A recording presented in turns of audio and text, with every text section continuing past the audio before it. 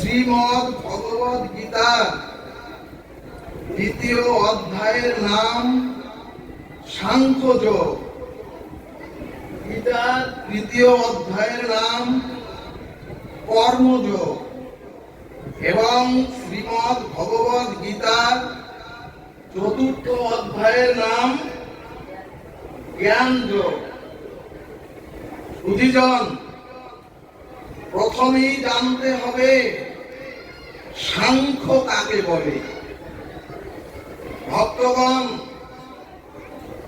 এক এবং অদ্বিতীয় সংখ্যা নির্ণয়কে বলে সাংখ্য।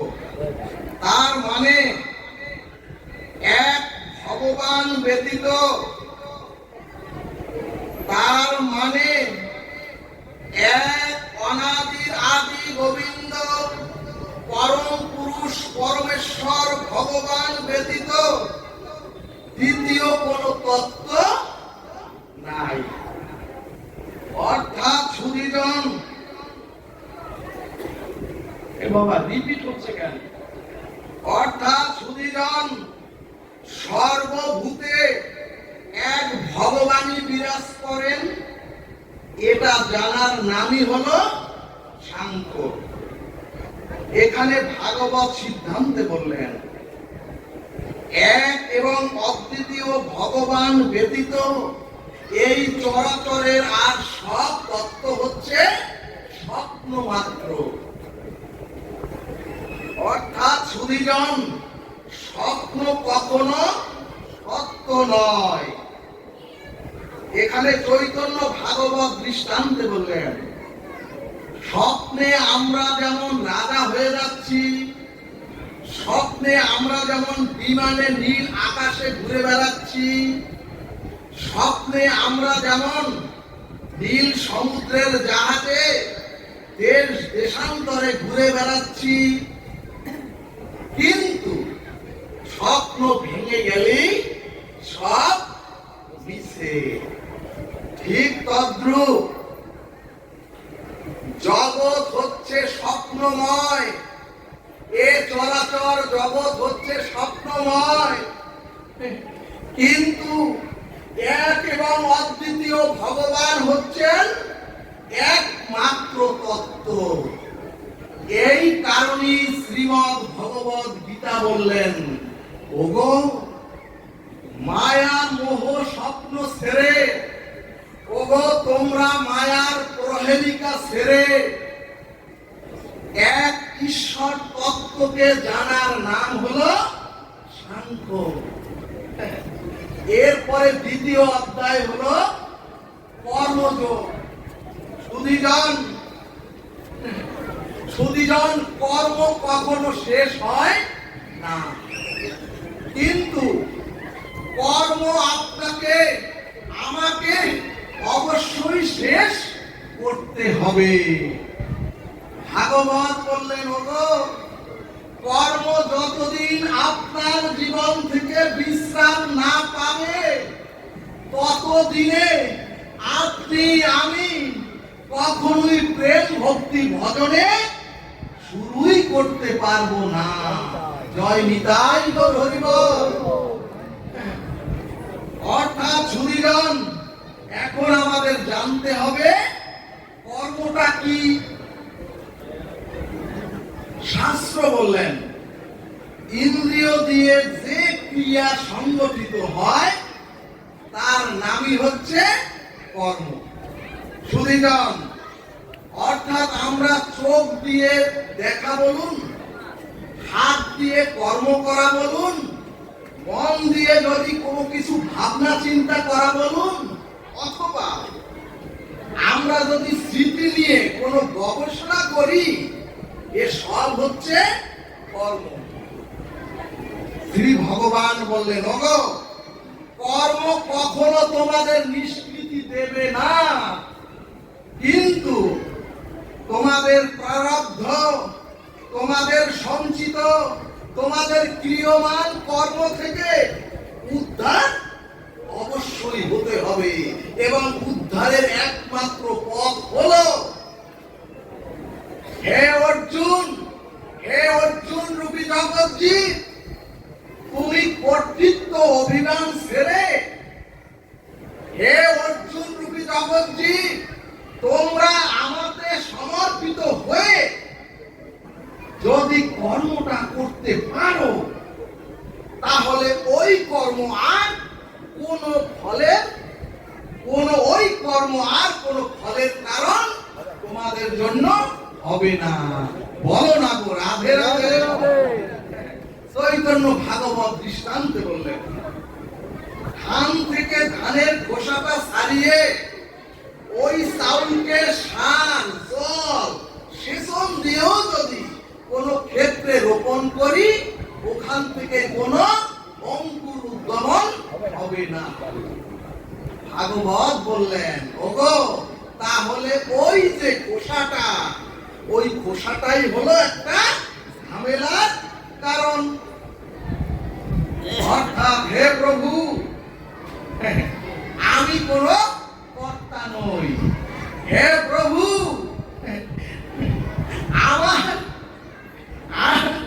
হে প্রভু, আমি কোনো কর্তা নই, এবং এই শত সহস্র যে কর্ম, এই অনন্ত বিশ্ব ব্রহ্মাণ্ডের এই কর্ম আমার নয়। গীতা শাস্ত্র বললেন, অহং সর্বস্ব প্রভাব। অর্থাৎ ভগবান বললেন, এ চরাচর জগতে যা কিছু সমস্ত ক্রিয়া, ভগবান বললেন এ চরাচরের সমস্ত ক্রিয়া সব আমার দ্বারাই সংগঠিত হয়। এরপরে ভগবান বললেন, ওগো তোমরা কেউ কিছু করতে পারো না, আমি তোমাদেরকে পুতুলের মতো করে নাচাই, তাই তোমরা সংসারে বসে মৃত্যু করো। আমি তোমাদেরকে বলাই, তাই তোমরা কি সুন্দর মধুর গুলিতে কথা বলো। এজন্যই ভগবান বললেন, হে অর্জুন, তুমি নিজেকে কর্তা না ভেবে, হে অর্জুন, তুমি যদি আমাকে কর্তা ভেবে ফলাকাঙ্ক্ষা ত্যাগ করে কর্ম করতে পারো, তাহলে ওই তখন মহাভারত সিদ্ধান্তে বললেন, ওগো যদি একবার ফলাকাঙ্ক্ষা ত্যাগ করে কর্ম করতে পারো, মহাভারত সিদ্ধান্তে বললেন, রামচন্দ্র ব্রাহ্মণ হত্যা করে, অর্থাৎ রাবণকে হত্যা করে ভগবান রামচন্দ্রকেও অশ্বমেধ যজ্ঞ করতে হলো। তখন হনুমানজি রামচন্দ্রের চরণে প্রণতি জানিয়ে বললেন, হে প্রভু ভগবান, আমি যে তোমার থেকেও লক্ষ লক্ষ হত্যা করলাম, তাহলে আমার কি যজ্ঞ করতে হবে? ভগবান বললেন, ওরে তোমার তো কোনো পাপই হয় নাই।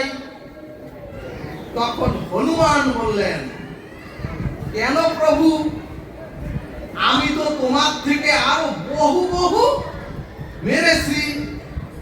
ভগবান বললেন, ওরে তুই তো তোমার প্রভুর জন্য কর্ম করেছো। ভগবান বললেন, ওরে তুমি তো তোমার প্রভুর জন্য কর্ম করেছো, এই কারণে কোনো পাপ তোমাকে স্পর্শই করতে পারে না।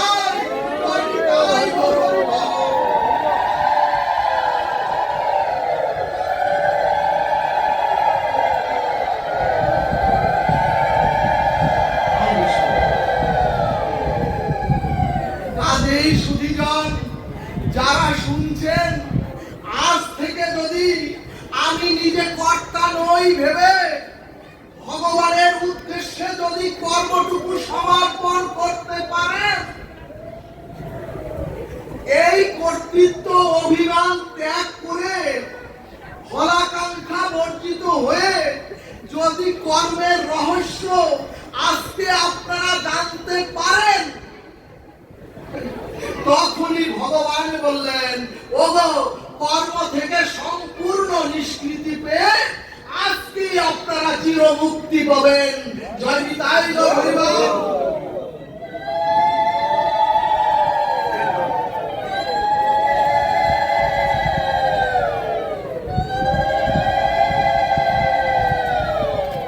নতুবা সুধীজন যদি এই সিদ্ধান্তে উপনীত না হতে পারেন, ভাগবত শুধু শ্রবণের জন্য নয়, ভাগবত হচ্ছে আচরণের জন্য। আজকের থেকে যদি এই সিদ্ধান্তে না উপনীত হতে পারেন, তাহলে কর্ম হচ্ছে আপনার, আর কর্তাও হচ্ছেন আপনি, আর ওই কর্মকর্তার ফল হচ্ছে আপনার।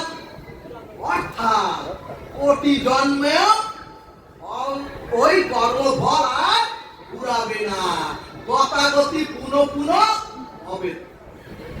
সুধীজন বিষ্ণু পুরাণ সিদ্ধান্ত দিলেন, বাষ্প হয়ে জল শুষ্ক হয়ে ওই আকাশে মেঘ হলো, ওই মেঘ থেকে বৃষ্টি হয়ে নালা খালা দিয়ে আবার সাগরে ওই জল মিশ্রিত হলো, আবার ওই সাগর থেকে সূর্য বর্ষণ করে ওই জলকে বাষ্প করে আবার ওই আকাশ থেকে আবার বৃষ্টি হলো। অর্থাৎ বৃষ্টির নিষ্কৃতি তো হলো না। ঠিক তদ্রূপ সুধীজন ধানের খোসাটা থাকলে যেখানে ওই মৃত্তিকার যেখানে ওই ধানটি ফলাবেন সেখানেই অঙ্কুরোদ্গম হবে, কিন্তু ধানের খোসা ছাড়ালে আর অঙ্কুর হবে না। ভাগবত বললেন, কর্ম হচ্ছে ভগবানের। ওগো ভগবান বললেন শ্রীমদ্ ভাগবতে, ওগো কর্মটা হচ্ছে ভগবানের।